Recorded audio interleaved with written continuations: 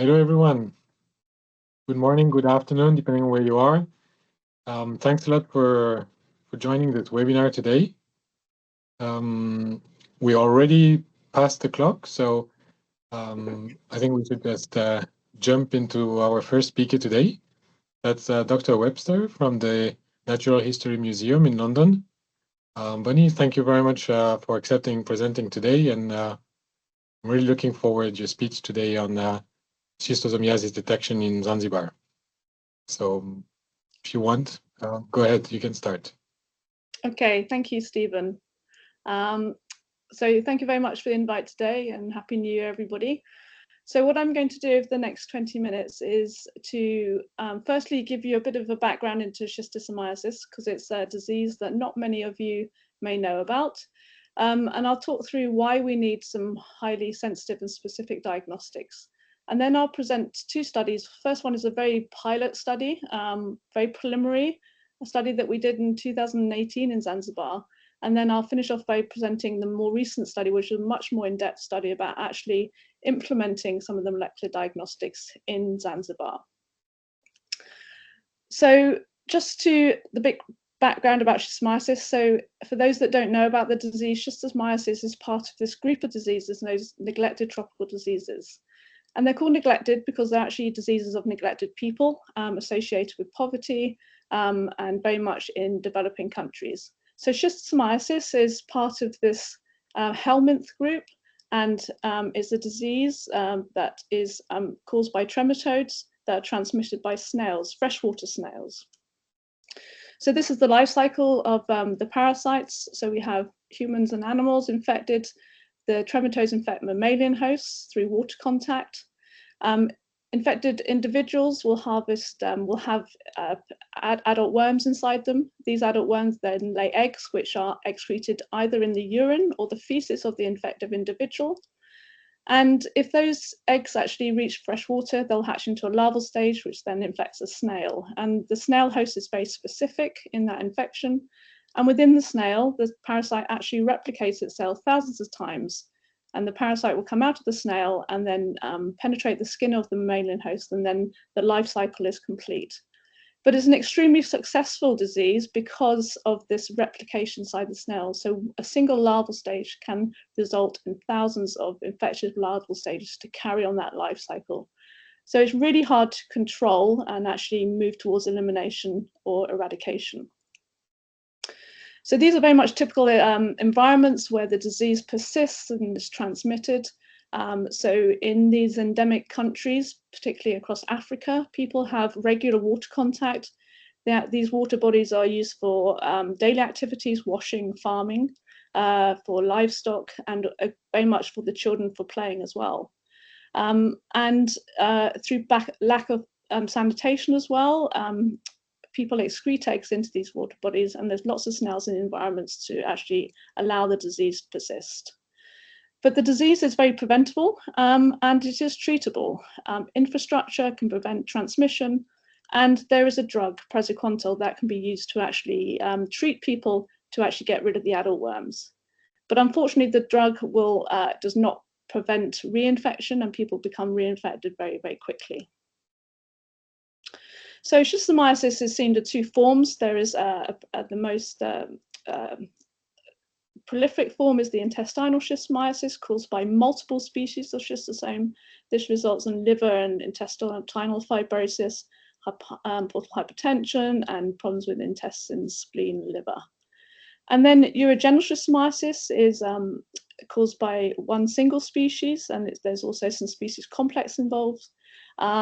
But this very much is associated with pathology of the bladder and the kidneys, and also it causes genital disease, which results in infertility and other complications in terms of reproductive health.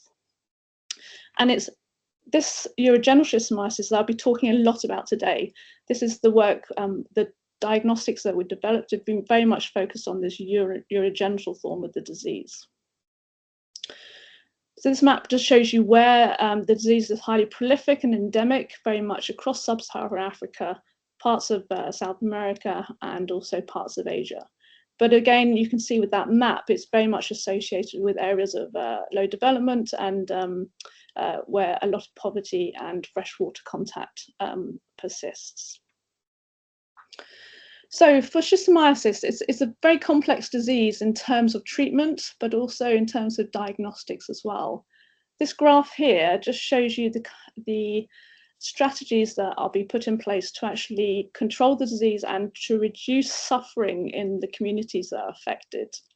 As I said earlier, we do have a treatment, and that is given very much through mass drug administration, where particularly for school children are given doses of praziquantel to reduce the morbidity buildup of the disease. So at very high prevalences, morbidity control is the mainstay. That's the main objective through mass drug administration, trying to target as many people to reduce morbidity and pathology. But as prevalences start to decrease in endemic countries, then the move goes towards infection and transmission control, and then trying to move towards elimination. And then the drug treatment strategies also change. But as we get down to very low levels of infection, down to 10%, 5% level, our diagnostics need to change as well. And we move from a more specific diagnostic, such as egg microscopy, which is a good diagnostic for high prevalence levels where people are excreting large numbers of eggs, down to the very sensitive and specific diagnostics. So we need to pick up these really low level infections. And the diagnostics we need there are things like the molecular tests, which obviously we're going to talk about, but also antigen tests and antibody tests. And we really need these sensitive specific tests to pick up these low level infections. But as we know with diagnostics, it's always a balancing act between specificity and sensitivity on tests, and tests that are highly specific tend to be less sensitive and vice versa. So it's always a difficult situation in developing new tests. The WHO has published the target product profile for new diagnostics for schistosomiasis, and there's many characteristics put forward that these diagnostics need to achieve. The diagnostics are really important going forward if we are to eliminate or interrupt transmission of schistosomiasis. And we need them for multiple things. It really tells us about true prevalence thresholds. It allows us to do monitoring and surveillance. It allows us to assess our interventions and to see if they're working. And it allows us to tailor our interventions into a more tailored system where we're actually making a much bigger impact. And it's difficult to control schistosomiasis mainly because of this life cycle and this prolific amplification inside snails. Our treatment is not 100% effective, and we don't have good diagnostics. And very quickly, in terms of transmission, we can go from a single person missed in terms of bad diagnostics that is infected to very high levels of infection again in the community within about 6 months. We also know that people are getting what we call MDA fatigue. They want to know that they have an infection before they're taking the drug. We also know that mass drug administration is not sustainable in the future. And people really want to have better diagnostics so that they can actually know that they're taking the drug for a reason. And this is all about moving towards elimination. Okay, so the sensitive and specific tests that we really need are really focused on these more advanced tests, such as molecular tests. And we all know that PCR is a very good test in terms of sensitivity and specificity, but not also able to be implemented in endemic settings. And then we move to the isothermal methods, which will very much is part of this webinar today. And these are much more portable, and there's been a lot of advancements over the last years to actually provide these isothermal diagnostics, to make them portable, to make them adaptable to the settings that we need to implement them in. And with portable diagnostics, we're always focusing on, and particularly with these isothermal methods, we're always focusing on these reassured criteria for the diagnostic development to make sure that they can be delivered to where they're needed. They need to be quick, they need to be robust, they need to be low resource and user friendly. So we're always tailoring our developments towards these different criteria, particularly for a disease schistosomiasis. And it is hard because high-level diagnostics often cost more and they're not so simple, but we do need that accuracy. Okay. So isothermal diagnostics, the two main ones we're talking about today are known as RPA, recombinase polymerase amplification, and RAA, recombinase aided amplification as well. They are very, very similar, slightly different chemistry, but they have the same format in terms that it's a single temperature amplification system that is done at a very low temperature between 37 and 42 degrees. They can use very low levels of equipment, they are very fast, and they are now being proved to be highly portable as well. The very good thing about this amplification system also is that the chemicals and the reagents are actually very tolerant to inhibitors, so you can get away with very crude sample preparations where you're not actually removing all the inhibitors from your sample. So for several years we've been working with this, the RPA assay particularly, and we've developed an assay for urogenital schistosomiasis. This is known as SH-DRA1 RPA. It actually targets a genetic region of the parasite schistosoma hematobium known as the DRA1 repeat. And we've been trying to perfect this platform over many years, and we've made great advancements now to the point where we're implementing it in places like Zanzibar. This is very much focused on that urogenital form of the disease. We also have assays in development for the genital form of the disease, for looking at Snell hosts, and also for schistosoma mansoni, which is the intestinal form. Unfortunately, that's more difficult because it's also working with stool samples. And the platform itself has been developed, and it's very much for these different scenarios that we change the sample and the sample preparation as well, which is really important to take into consideration when you're trying to do this work in low resource settings. So we did a lot of lab development, showed that the assay itself, and this was very much through spiking samples, putting single eggs in urine samples.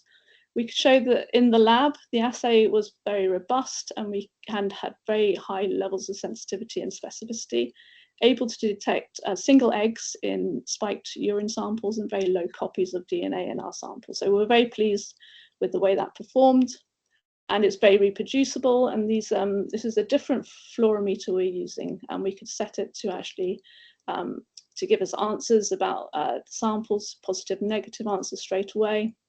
And you can also look at your assays as they come forward, and you actually have some very nice visual effects when you have positive samples. So everything worked really nicely in the lab, and we are very happy that we had a very good platform going forward. So the first pilot study we did very much focused on Zanzibar. So Zanzibar is two islands off the east coast of Tanzania. And the reason we focus very much on Zanzibar is that schistosoma hematobium, which causes urogenital schistosomiasis, is highly endemic there, but it's the only species of schistosome transmitted. It's also been pushed towards elimination. So there's been intensive control strategies in Zanzibar to try and reach elimination and to actually move towards transmission interruption. And this graph at the bottom just shows you different prevalence levels of the disease over several years. And the prevalent level is very, very low. And this is where we really need to implement these highly sensitive and specific diagnostics. So very much with collaborators, they've been setting up biobanks of urine samples in Zanzibar, particularly on the northern island of Pemba. And these urine samples have been available for development work of our diagnostics, so we're able to use that. And the first study we did was in 2018. But before we did that study, we had done that very nice lab development stage. We had proved that we can detect single eggs. The assay worked very, very well. With clinical samples, we had no idea what we should be doing with those clinical samples, how we should be extracting the DNA to actually put into our platform. And this is a very important stage if you want to start implementing diagnostics in low resource settings, because your sample extraction method could put serious barriers up to actually implementing this diagnostic going forward. At the time, there was a kit produced by Quasion, known as speed extract, which we read the literature and decided just to go forward with that extraction method. This now is obviously, it's been taken over by Expedite Diagnostics. Andy Wend actually developed the method and then started Expedite Diagnostics, and now it's known as Swift xDNA. And it's a very simple method. It's a reverse purification method, and it's very applicable for low resource setting. So it starts at the cell capture stage, where you're actually isolating the cells in the sample with your cells of target. Then you remove all the inhibitors through the capture of the beads holding the cells. And then you do a lysis step, and then you do an elution step where you release the DNA from the sample. So it's a few steps protocol, but it's very simple, and the equipment you need is highly portable as well. So for our first pilot study, we decided to take this forward into Zanzibar because we thought it was the best method possible. We did not really know if it was going to work at all. So we travelled to Zanzibar to use samples from this biobank that has been set up. So in the top picture, you can see that's the equipment we needed for the sample prep. So it's really low amounts of equipment. We could take, there was very little that needed electricity, and we could take portable batteries with us as well.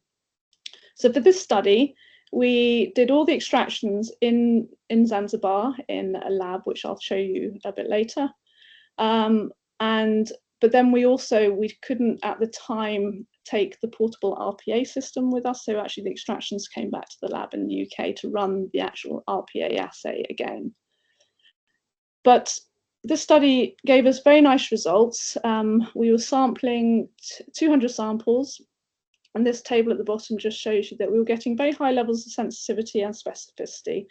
And this really showed us that this assay was really promising. We're getting up to the levels of about 93% sensitivity with these very low egg count samples. This made us very excited, and we thought really we need to start pushing towards actually implementing the whole assay in this low resource setting in Zanzibar.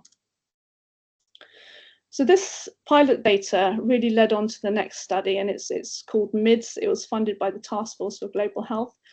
It was quite a rapid study. Actually, we had 10 months of funding, but we had huge ambition to really take the RPA platform and actually try and implement. And the whole idea about this was to taking the lab-based platform and really getting it into the endemic setting, seeing how it performed and seeing how feasible it was going forward. So we had a few things that we really wanted to do. We wanted to really refine the assay itself, do some biomarker discovery, really see how robust it was and simple it was. And this is about testing the reagents in different environmental temperatures. So this picture just shows us, we have a snail room at the Natural Museum where it is at a high temperature of 37 degrees, and we're putting reagents into our snail room to see how they were surviving that heat over time, and to really try and speed up the platform itself to make it more high throughput. And we also did a lot of work on sample preparation, so seeing how we prepare our starting material, but then also how we extract from our starting material as well. We also had huge ambition to actually do some other studies on cost evaluation, but very much implementation actually in Zanzibar as well, to see how robust it was actually when we made it into a portable system. So I'll quickly go through, just for time, just the next few slides, but I really want to get on to actually what we did on the ground in Zanzibar. We did a lot of assay refinement. We made it robust, and this is all about just changing primers and making them more stable, so that they were more stable in places where we didn't have cold chains. And there's various things in the chemistry that we could do that. But if you're interested, you can just follow up using these papers. We also did specificity testing just to make sure on different targets, just to prove that our DRA1 assay was the best to take forward. And what this work actually did, again, was just prove that it was the best one to take forward. And again, you can look at those papers which are highlighted to actually look at that data. In terms of robustness and in terms of stability of our reagents as well, we could see that the actual RPA reagents were stable up to a month at standard temperatures, but actually at higher temperatures, they do degrade quite quickly. So this allowed us to be able to make sure that we treated our reagents very well when we were transporting them and actually storing them in Zanzibar. And we also did a lot of work on our sample preparation, as I said before. So in terms of sample preparation, we were very keen to actually remove certain stages of the sample preparation to make it more simple and to allow it to be usable in the labs that we're working. So what we actually did is remove two stages of the sample prep. We moved the first cell binding step because actually we can filter the eggs out of our sample, and then we removed the heating step as well. And removing of these two stages actually simplified the sample preparation and actually made it much more high throughput, and it worked very, very well. Okay, so I'm just going to speed up a little bit because I'm just very conscious of time. We've got the speaker straight after me. So just to say, yes, we modified the sample preparation method, and now we're very much going forward with a very, very simple lysis, and then DNA, and then we use the DNA straight from that lysis step. Okay. Okay, so what did we do? So we went to Zanzibar. What we did, we planned to do 500 urine samples. So this was very much led by Sylvia and Eleanor. We took everything we needed out with us from every pipette tip, pipette itself. We took the suitcase lab from Expedite, very much helped us in supporting us in using that suitcase. And we also took the mini qPCR system with us as well. So this is the luggage that we had with us. So it wasn't too much. We had 6 times 20 kilo bags. And we had 3 flights involved in this. So we flew through Doha down into Tanzania, and then we had a small internal flight. The logistics of setting out those flights, making sure that we could take everything, it was not easy, but everything worked out fine. And we managed to get all the luggage out into Zanzibar, taking everything that we needed. So this is the lab we're working in, and just show you some images of the luggage arriving. We did workshops teaching people how the assay works, making sure that we did a knowledge exchange, teaching the technicians in the lab how the platform works as well. So we were actually working in the lab most of the time. It was a very, very basic lab. It wasn't very clean, but these are the portable devices that we set up. And we had 2 readers with us, but again, very, very low levels of equipment. And we could actually run these machines very effectively, and again, very highly portable. We also then ran to the suitcase lab. We took it out into the actual natural environment outside. The reader can be run off the battery here, so it's really a nice system. The T8 Axin reader can be run off the battery. And we had technicians running samples out in 41 degrees heat outside, and everything worked very, very well. There was no problems with it. It's just you can't do high throughput systems in this situation. So very much running very few samples at a time, but it just showed it was portable, it was robust, and it was stable as well. So what did we find? So we ran these 500 samples, and we had very good results. Actually, we had specificity compared to egg microscopy was 93%, and sensitivity up to 98%. It took us about 5 days to run these samples in total, but it was much faster than something like a portable qPCR system, which was much slower as well. So we were very excited about the outcomes from this study. And so the next stage really for us, and just to point out again, we were very much using frozen urine samples when we did this study, but we have another study coming up where we're actually going to be really focusing on using fresh urine samples to actually do actual point of care, so urine samples which are collected directly from infected individuals, and then we're going to test them directly using this mobile suitcase laboratory, and we hope to actually do this as close as we can as the point of care. So I'm very conscious of time, Stephen, so I'm actually going to stop there, and then we can take any questions at the end. But just very much thank Expedite Diagnostics for actually supporting this field implementation stage, because it was logistically difficult, but it did work as well. Thanks. Yes, and indeed, the feedback we had from you and from Sylvia was really helpful also to improve the design of the suitcase and make small modifications here and there. So yeah, we appreciate the collaboration. Thank you very much. No problem. Right. To everyone, if you have questions, feel free to write your question in the Q&A section or in the chat. In the chat, you will find the buttons on the icons on the top of the Microsoft Teams. If you have any questions for Bonnie, then please let me know. Bonnie, I don't know if you can read the questions we have, but one question from Martin Fay is, what's the prevalence of schisto in your preliminary data? Yeah, so the prevalence is 5%, so very, very low. So it gives us a very good opportunity to assess those negative samples, because that's what you need to, when you're doing a diagnostic, you need to have a lot of negative samples to prove that your specificity is working. So it's very low, yeah. And that's when the egg microscopy starts to fail dramatically, actually. So when are you going back to Tanzania? In 3 to 4 weeks. Yeah, we're preparing now, and yeah, we have. That's a big comparative diagnostic study where we're doing qPCR, RPA, we're doing artificial intelligence microscopy, and we're doing antigen tests all on the same samples to look at what's going to happen. So it's just very exciting.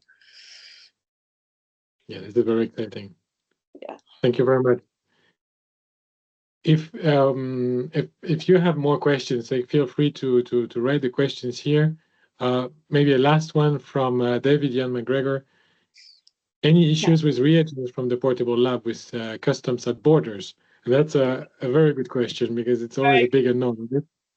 Absolutely, and it all comes down to that accessibility of the diagnostics. So typically we've worked with RPA that comes in from America, and we've had real issues with that. So now we've done a lot of tests with the RAA system through Expedite, and we're very happy with that now. So we're going to use that going forward, and we have no problems with it coming in from Expedite, which is brilliant.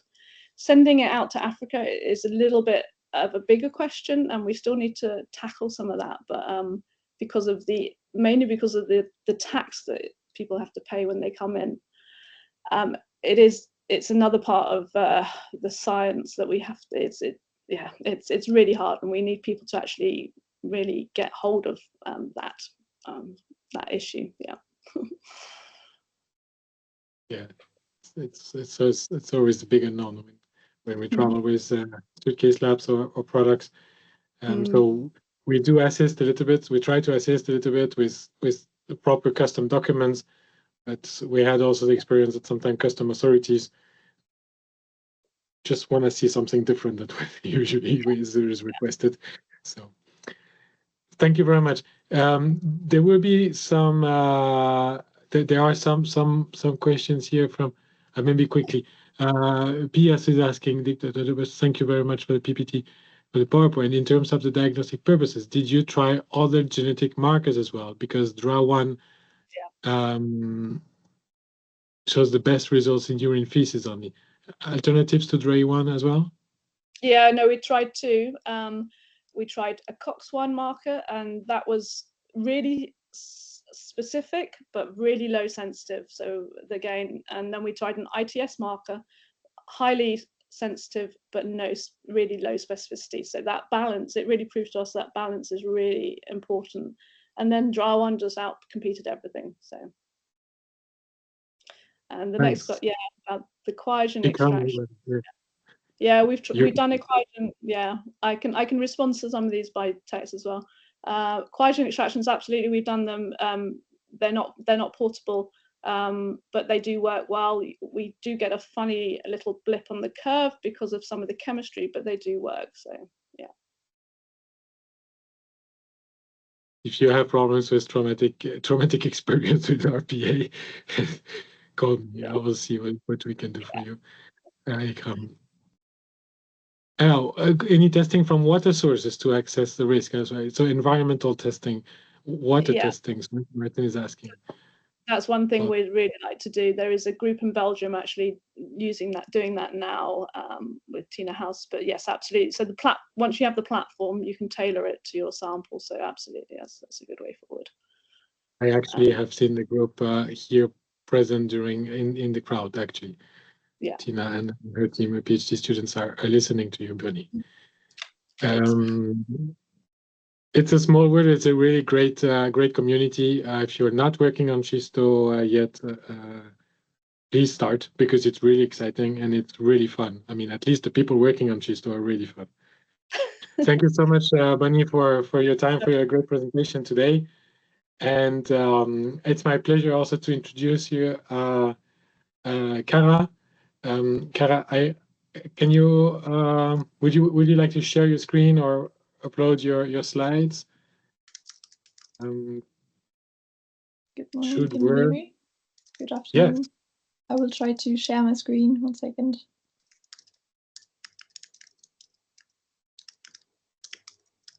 Unfortunately, your video looks like a signal issue, but maybe you can switch off your cam and switch it back on.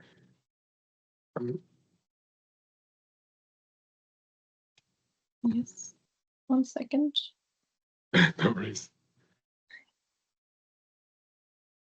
So Kara Flescher is a medical student at the University of Tübingen. She's doing her PhD, and had the pleasure or the challenge, I don't know, you will tell us, Kara, to travel to Gambia for many months in 2024, and it gathered a tremendous experience on doing diagnostics truly point of care. Well, I'm afraid the video is not working that great, Kara, but we had a very nice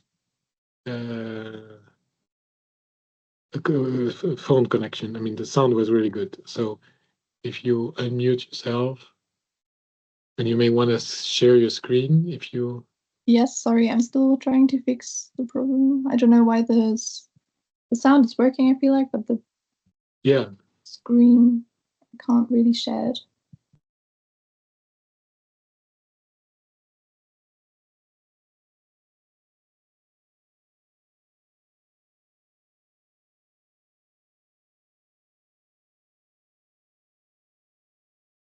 So if you like, sorry everyone, you just take the break, 2 minutes. Yes, maybe I will Quick send it coffee. to you and then you can share it, because I feel like I'll try to fix it in a second.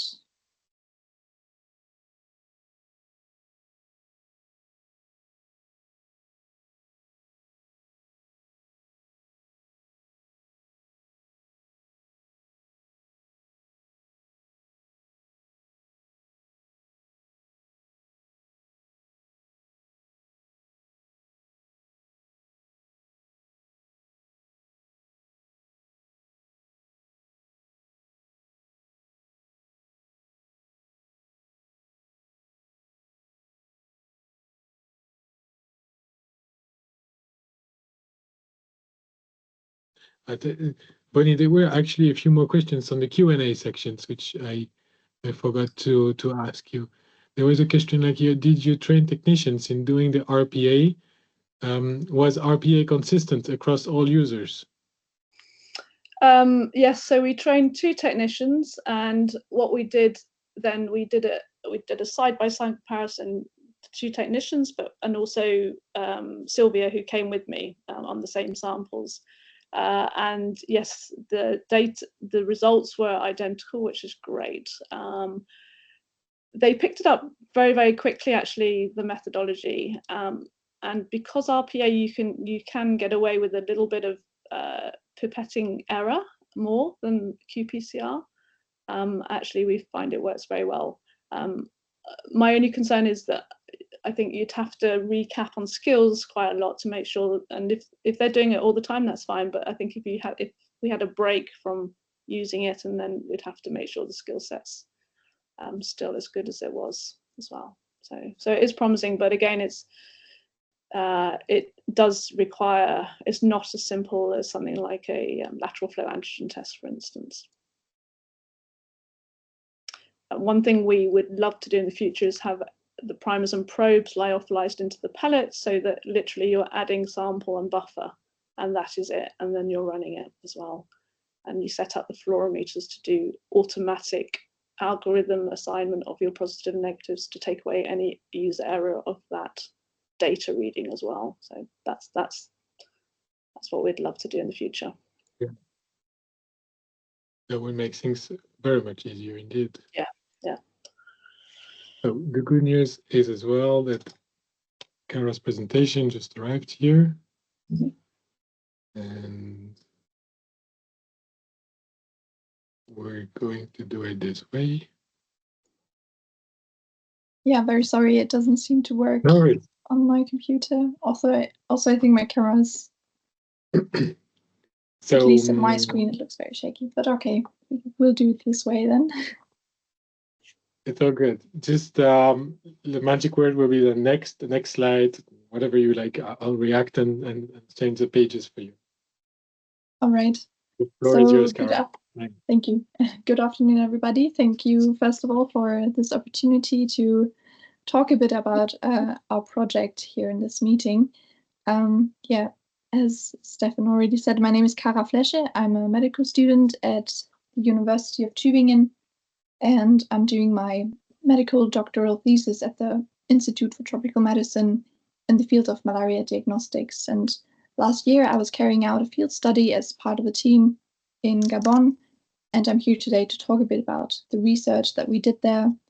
The so-called MALDEX study is still ongoing, and it uses the Suitcase lab for an RPA-based molecular diagnosis of malaria in a field setting. And the focus of this presentation is mainly the usage of the mobile Suitcase lab, and that we used as part of collaboration with Expedite Diagnostics. And on the next slide, before talking about our research and experiences in detail, first a bit of background on where I was exactly. So I was in Lambarina, Gabon, which you may or may not know is the place where Albert Schweitzer set up or founded his hospital at the beginning of the last century. And Gabon is a country in Central Africa located right on the equator and is therefore characterized by a very tropical climate with average temperatures of 28 degrees, average humidity of 82 degrees. And the time period I was there was from March to June last year, which covered mostly the rainy season as well as the beginning of the dry season. And Gabon is hyperendemic for malaria, where a lot of people may not show any symptoms of malaria but still carry low parasitemia levels. And the challenges that we've mainly faced there were occasional power cuts, as well as unreliable running water situation, and the climate conditions in general, just to name a few. And next. Before diving into our research question, I will give a quick overview of the most common types of malaria diagnostics and its principles. So first and foremost, we have microscopy, which is a technique that's been around for over 100 years now, and is based on the morphologic interpretation of stained blood smears.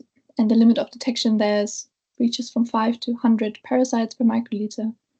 And it's pretty much the gold standard everywhere in the world because it's very inexpensive and it can distinguish between different species and even estimate parasite density. So disadvantages here are that it requires a skilled microscopist, it's very labor intensive, and the accuracy in terms of sensitivity is very variable depending on the experience of the microscopist. Then we have the rapid diagnostic tests, which are widely used around the world as well. They work via antigen antibody binding, and the limit of detection lies between 50 to 250 parasites per microliter. And as the name suggests, they work very fast, they're very simple to use, and they don't need any special equipment whatsoever. But on the downside, they cannot detect very low density infections and may miss some species or co-infections. And they could also have false negatives due to gene deletions. And lastly, we have the group of molecular tests, so mainly PCR as well as the isothermal techniques, and they are based on nucleic acid amplification. They show the lowest limit of detections with even below 1 to 5 parasites per microliter, so they have the highest sensitivity and specificity and can detect even very low density infections. On the downside, they're the most expensive ones and also quite time consuming, and they require specialized training as well as equipment such as a thermocycler that's not very available in every lab. Next. So the focus of our study was the establishment of a PCR substitute that can be carried out with the suitcase lab. And this is similar to the first presentation, also based on RPA, on recombinase and polymerase amplification. So it's an isothermal amplification technique working at a constant temperature between 37 to 42 degrees. It's much quicker than PCR with an reaction time of 20 minutes or even lower. And it uses minimally processed samples, can be integrated with lateral flow device, or in our case in this study, the fluorescent detection. We also use the Exxon T8 machine for the readout. Next. So the objective of our malaria diagnostic study, the so-called MALDEX study, was the development and evaluation of a field-friendly molecular test that can be carried out in the field. So this project aims to close this gap between sensitivity and applicability by developing a more rapid and simpler assay, by still having a very sensitive test. So earlier, before at our institute, already an RPA-based rapid assay was developed for the detection of Plasmodium falciparum with a lateral flow readout. And in this project, we focused on further reducing the processing time and addressing the detection and semi-quantification of P. falciparum and also other Plasmodium species. So the overall goal is the direct on-blood detection in the field with the limit of detection as low as possible. Next slide. This is what our study setup looked like at CERMEL, that's the Partner Research Center in Lambarene. On the one hand, we included patients visiting the outpatient department of healthcare services in Lambarene. And on the other hand, we included people who are driving out into the surrounding areas, the neighborhoods of Lambarene, as well as other villages with the suitcase lab, including patients, including people that either showed symptoms or didn't show any symptoms of malaria, screening. And in those cases, we did all the sample collections and analysis with the suitcase lab. In terms of malaria diagnostics, we performed the established methods such as microscopy and RDTs. And furthermore, we evaluated or tried out our newly developed RT-RPA with the Exxon machine readout performed as a duplex assay, testing for pan species, so for all Plasmodium species and Plasmodium falciparum specifically. And the molecular gold standard was our ultra-sensitive RT-qPCR, which we performed at the CERMEL facilities. On the next slide, we can see some two pictures of that give just some examples of the places that we went for screening. So on the left side, we can see a map of Lambarene and its different neighborhoods. But we also didn't stay in Lambarene, but went out the two main roads to further villages and places that are quite far from the next hospital for screening. On the next slide. On the next following slides, they're mainly photos to just give an impression of how our field trips looked like. So this is quite close to Lambarene itself, and we can see how the suitcase was usually set up.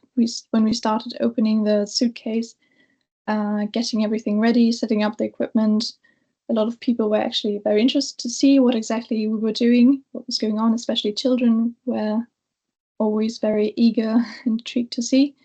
And they also seem to be more eager to participate and get tested or get included into the screening. On the next slide, we have some photos of what our setup usually looked like with all the different instruments, and the setup also worked much quicker every time because I just got more used to it. So we have all the different instruments such as the Axon machine and the incubator, the centrifuge, a little vortexer, and everything that we needed to perform our tests. Then next, usually we set up our suitcase on some kind of table. So most of the times we were offered a table to set up our suitcase on, or in case we didn't find a good place, we just decided to set up the suitcase on the back of a truck that we went with, and that way it worked perfectly fine as well. On the next slide, we can see the whole team and what our workflow looked like. So we have the nurses that already are, after taking the blood samples, filling out the questionnaires and performing the rapid diagnostic tests, as well as preparing the slides for the later microscopy examination. And at the same time, we already start doing our molecular tests. And as you can see, it's right next to the vendor shop. So after the work, we were able to buy some fruits to take home. And yeah, on the next slide as well, we set up right next to where a family sold their homemade palm wine.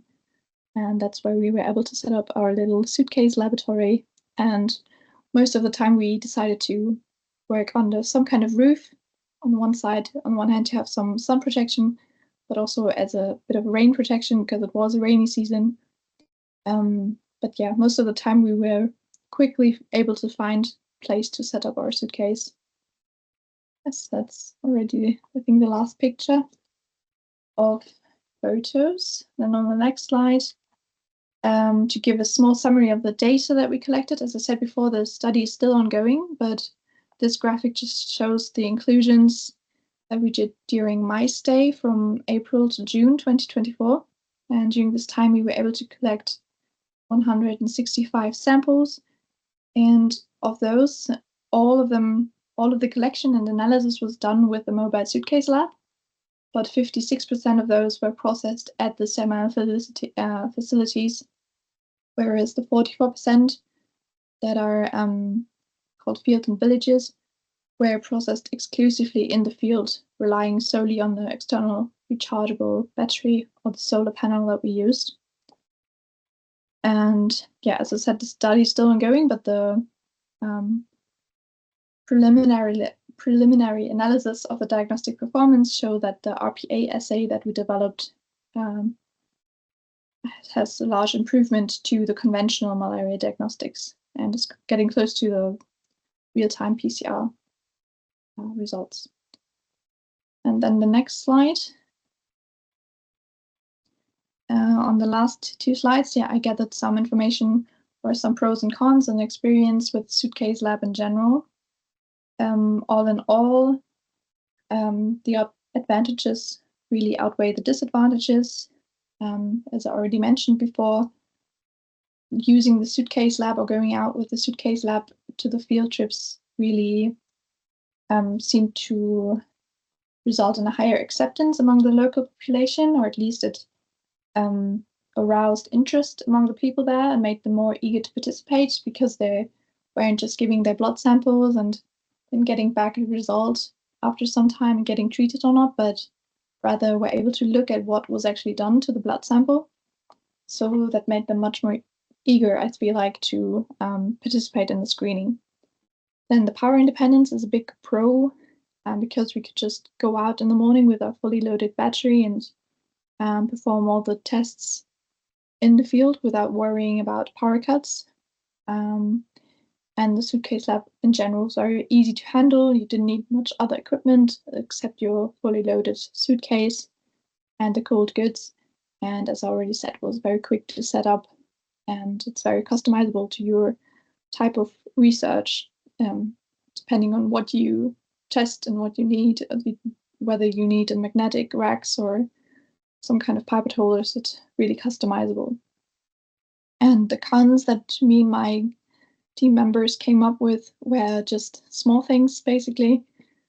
For one, the gloves compartment was too small in our case for our type of gloves, as well as pipette holders didn't fit our specific type of pipettes perfectly. So most of the times they were secure, but when vortexing, sometimes they used to fall off. But those were just very small things. And the Rex quality kind of like the little magnets inside the printed racks fell out over time, but we could manage with that as well. So yes, that's really just the negative things that we came up with. All in all, we were very happy with the suitcase lab. And on the last slide, we tried to come up with some suggestions for future suitcase laboratories, and didn't come up with too much actually to even improve the suitcases, but just had the idea of built-in legs, which I think was already in the discussion before, to be even more independent of setting up. As I said, in our case, it wasn't much of a problem. We were able to set up most of the time on some kind of table that was offered to us, or we just used the backside of the pickup truck, which worked perfectly fine. And yeah, the quality of the racks that could be improved. But other than that, that's all that we came up with. And then I think we're already on the last slide. So yes, that's actually at the end of my presentation. I hope you got a small insight into our project and our experience with Suitcase Lab. Thank you all for your attention, and also thank you again to Expedite for helping us carrying out this exciting field study. And yes, thank you. In case there are any questions, I'm happy to answer.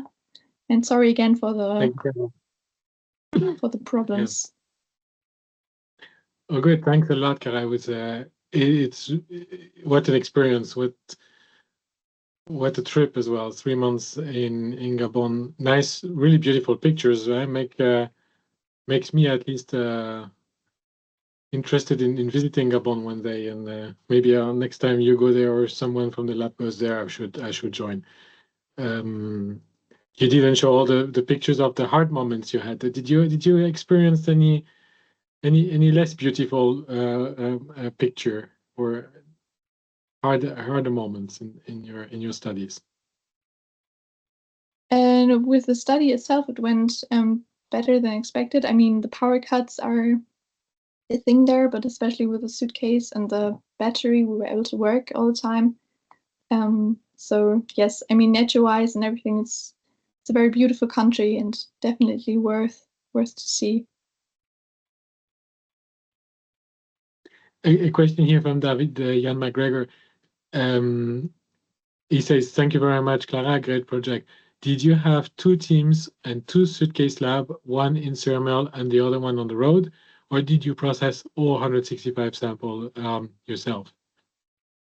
No, we just had one suitcase. So we either worked from Sermel itself, so we had the samples already at Sermel and processed them there using the same equipment. And then we had specific days in the week where we went out with the suitcase and did everything in the field. Yeah, thanks.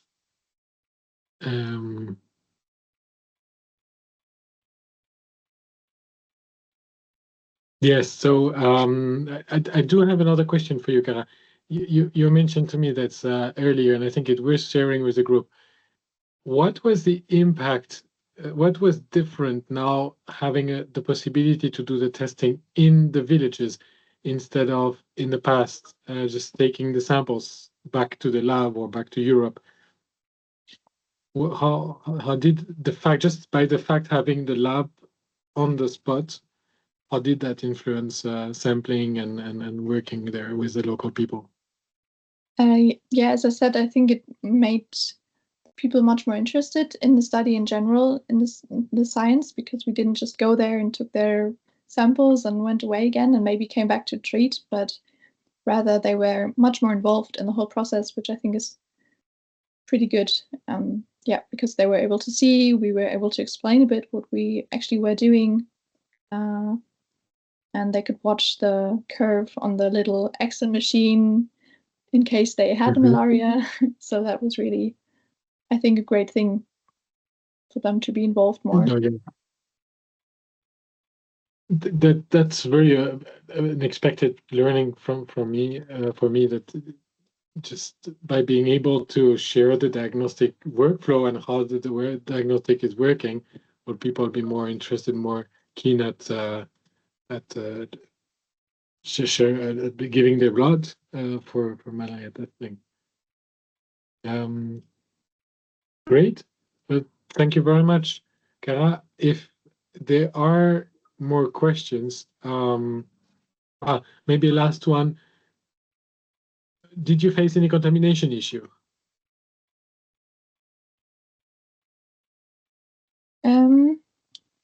No, I don't think so. Like we had some, like before we even went to Gabon, we had some issues, but I think as soon as we were there and everything was set up, yeah, I mean, we obviously were very, very paying attention to not contaminating everything, but it worked fine. Like we didn't see any difference compared to working in the lab at Cermel or working outside in the field on our suitcase. That didn't really make a difference contamination wise. Okay, thank you very much. There are a few more questions in the chat. Kara, if you don't mind looking at the question, maybe replying to on the sure. chat. Yeah, all right. We are almost done. I just wanted to share a little bit more direct insight with everyone on the molecular lab. So Expedite actually is the core of Expedite is the technology for DNA extraction, and we may try to make lab procedures extremely simple, extremely fast, also robust, so that they can be carried out by anyone everywhere. That's our ambition. Maybe by everyone at home in the future one day. Here you got some examples of how we can do DNA extraction and detection in very remote places, in very rough conditions. But not all our activities are with entities in Africa. Obviously, we also work with, for example, dermatologists or urologists here in Europe that start to consider having their testing needs done in-house in their offices. So the suitcase lab is very interesting for researchers. The aim was to develop a tool where, as researcher, you can pack everything into a suitcase in a secured way, also secured for your instruments and your reagents, and you can travel to the field and run your experiments anywhere in the world. Motivations is to get faster your diagnostic results, to be able to also analyze your results almost in real time. So not just going somewhere, taking samples, going back to the lab, and then having to go back to the field sometimes the next day, sometimes years later. In this case, you can actually in the field get your results, your molecular results, and adjust your testing strategies as you are doing sampling. And so for that, we're looking at developing tools both on the chemistry as on the hardware that can help you to do your testing. So just in a few words, those suitcase labs are basically they're based on the Pelican cases from manufactured in the US, very strong, robust cases, which the army is using to put their precious apparatus in there, whether it's weapons or printers. They are used for almost everything. We use the model, which is an extra light model of it, and it is actually used by how do you call them, parachutists, people jumping from the sky from airplanes, and they use to put the equipment in there. So they're extremely light for such suitcases, which is great for us because we're gonna put a lot of stuff in there, and we don't wanna be too heavy. Actually, we try to be fitting to 20 kilograms, 22 kilograms, which is the limit of the airlines before you have to pay extra fees. And it has the maximum size authorized by the airlines, like this magical 158 centimeters when you addition the length, the breadth, the depth of your suitcase. So it is normal checking luggage for most airlines.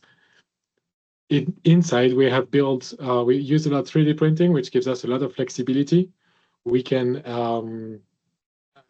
customize that for all the projects. And actually, a few of you in the crowd have a suitcase lab from us, and I think that every one of you has a different one, at least from the content and the design.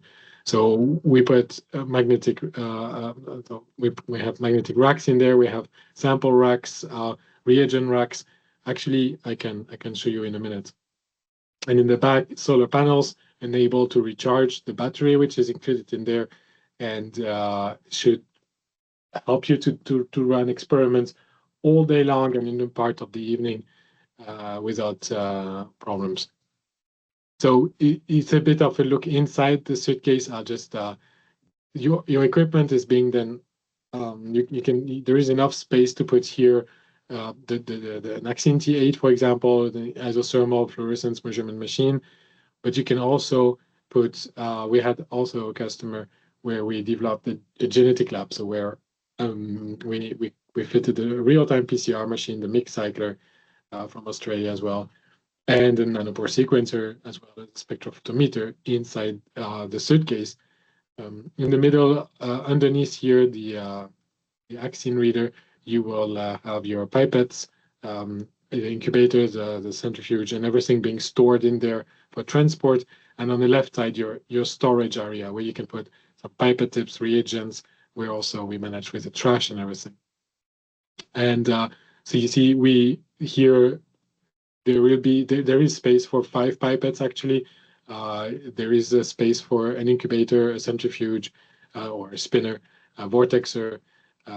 There is also a lamp, and so that you can work at night. And you see here the power bank here is enough to run the small lab equipment machines. For the Axine reader, it has its separate power supply so that you can have even more runs ongoing per day. Yes, so overall,